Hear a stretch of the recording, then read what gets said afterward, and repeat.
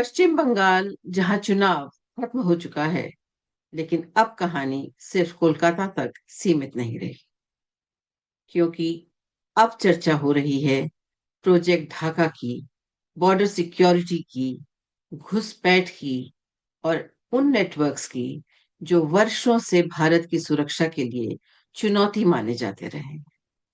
नमस्कार, मैं हूं सरस दरबारी और आप देख रहे हैं सच की परतें।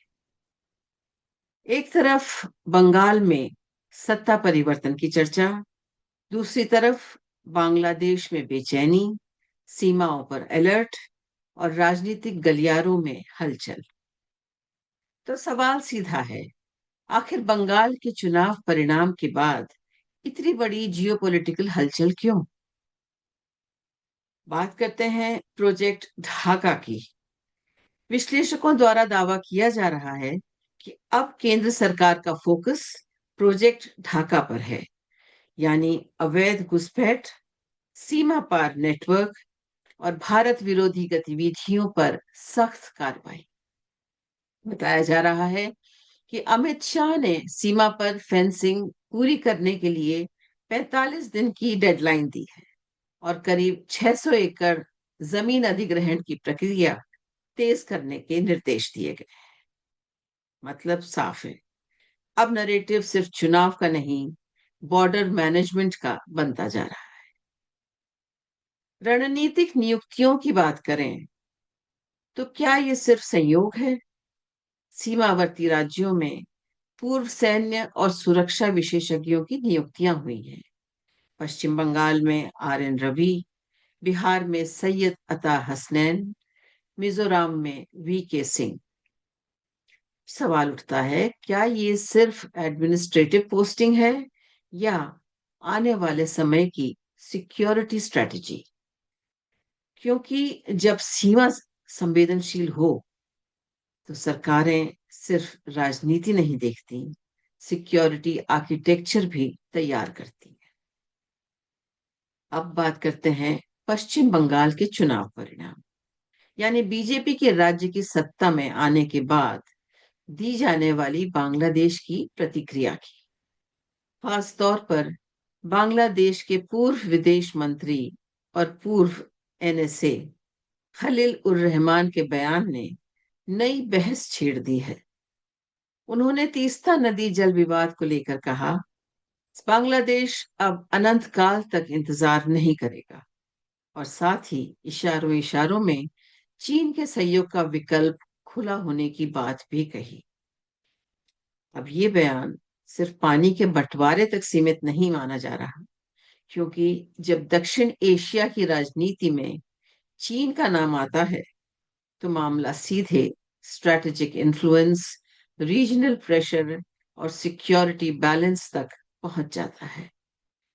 इसी दौरान कुछ रिपोर्ट्स में दावा किया गया है, बांग्लादेश के कुछ सीमावर्ती इलाकों में चीन की मदद से रेडार और एयर डिफेंस सिस्टम्स लगाए जा रहे हैं। बताया जा रहा है कि इन गतिविधियों का फोकस सिलीगुड़ी कॉरिडोर और भारत के नॉर्थ ईस्ट क्षेत्र पर नजर रखना हो सकता है।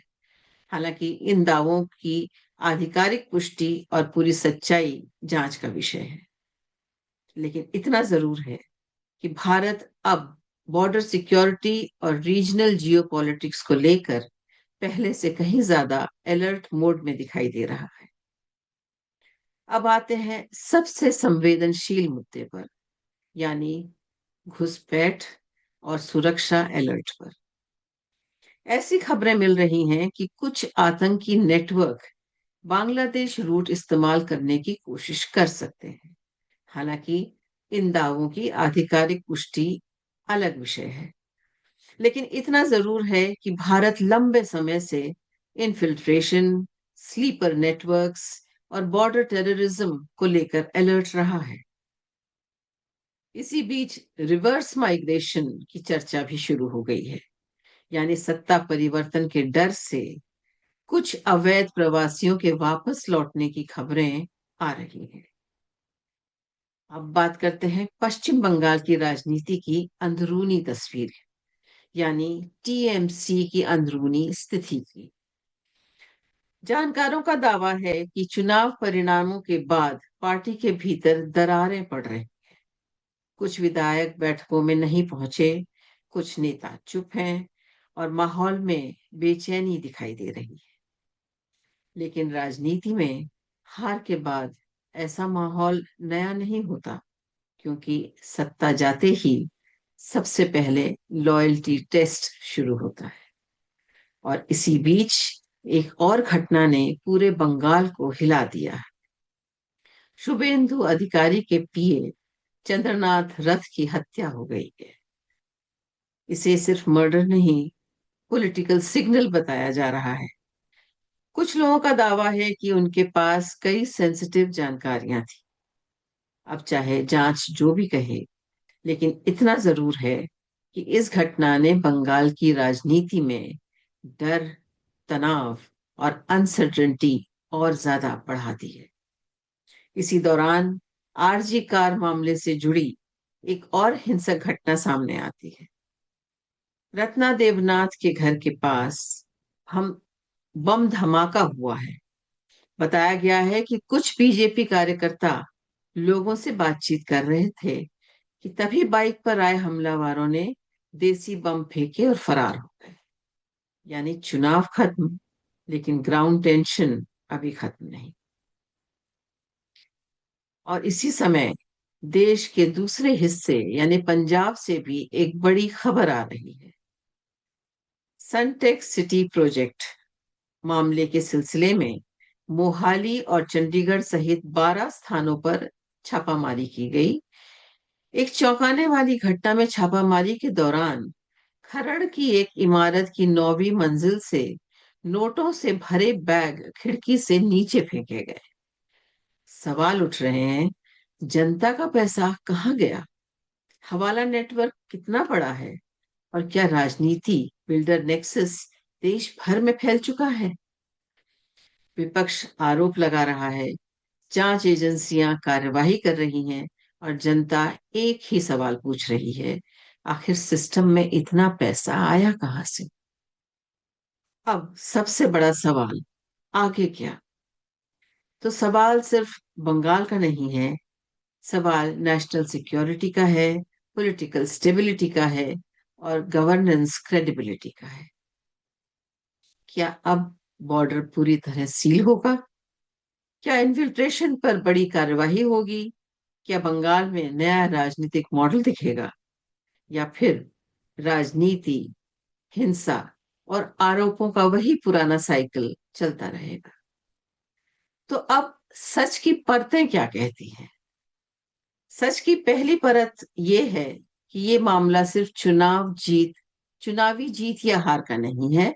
इसके पीछे border security, illegal infiltration, regional geopolitics और इंटरनल स्टेबिलिटी जैसे बड़े सवाल जुड़े हुए हैं। सच की दूसरी परत यह है कि सीमावर्ती राज्यों की राजनीति अब केवल स्थानीय राजनीति नहीं रह गई, क्योंकि बंगाल में होने वाला राजनीतिक बदलाव ढाका तक चर्चा फैला रहा है, पैदा कर रहा है। चीन का नाम सामने आ रहा है और सुरक्षा एजेंसियां अलर्ट मोड में दिखाई दे रही है।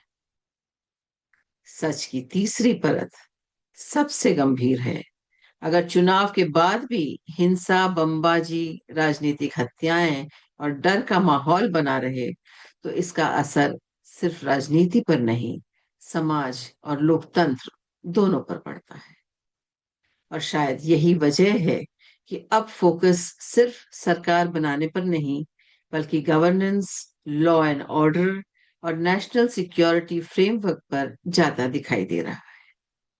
क्योंकि सीमावर्ती राज्य सिर्फ नक्शे की रेखाएं नहीं होते, ये देश की सुरक्षा की पहली दीवार होते हैं। आप क्या सोचते हैं?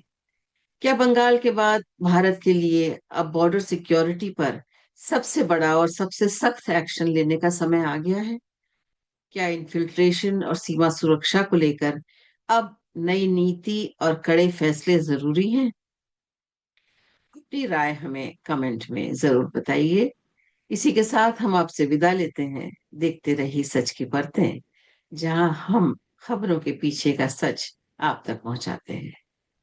अगर आपको हमारा विश्लेषण पसंद आया हो तो चैनल को लाइक, शेयर और सब्सक्राइब जरूर करें।